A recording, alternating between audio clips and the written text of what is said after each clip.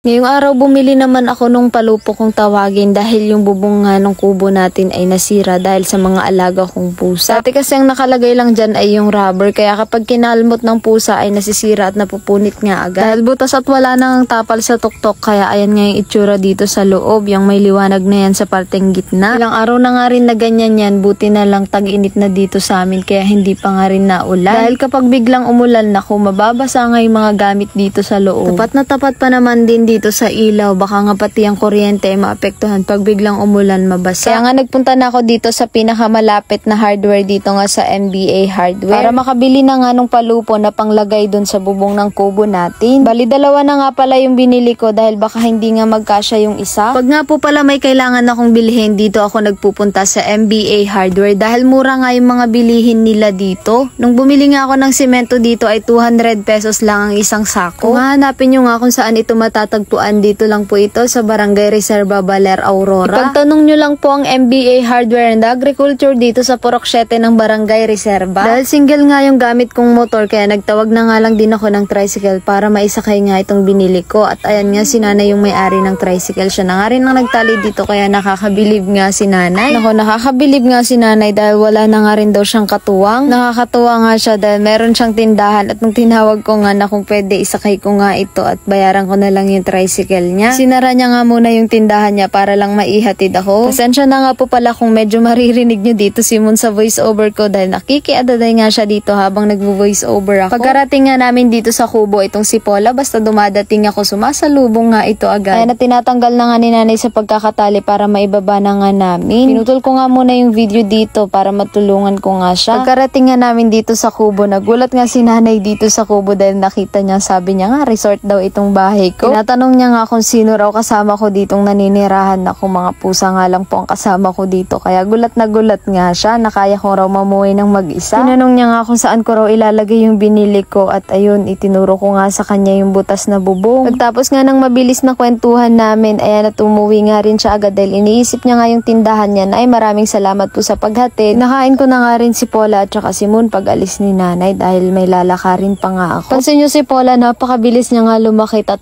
buwan pa nga lang yan ay mauunahan niya na nga yung laki ni Moon. Ito namang si Moon, wala pang 1 buwan si Paula nun, naging inhit nga siya kaya ngayon ay buntis na naman ako, napakalandi. Pero okay lang din na dumami sila para kahit papano ay makapagbenta tayo sa mga gustong bumili dahil nagugustuhan nga nila si Moon at saka si Paula. Maganda kasi yung lahi ni Moon kaya nagugustuhan nga nila. Pure Persian nga siya kaya isa rin siya sa mamahaling pusa. Nakakatuwa nga, ang dami nagko-comment sa vlog ko na gustong araw nilang bilihin si Paula at saka si Moon dahil nagagandahan nga nila. Sa ngayon po ay hindi pa ako magbebenta ng pusa dahil kakaunti pa nga lang sila. Kapag dumami na nga lang po yung anak ni Moon, saka na ako magbebenta dahil may kamahalan nga rin yung pagkain nila para naman mabawi din natin. Sa mga susunod na araw, ikakabit ko nga yung palupo na binili ko dito sa kubo. Ngayon kasi may lalakarin pa ako kaya hindi ko pa nga magagawang ikabit. At mabibitin na naman kayo sa vlog ko ngayon pero babawi po ako sa mga susunod. Paalam!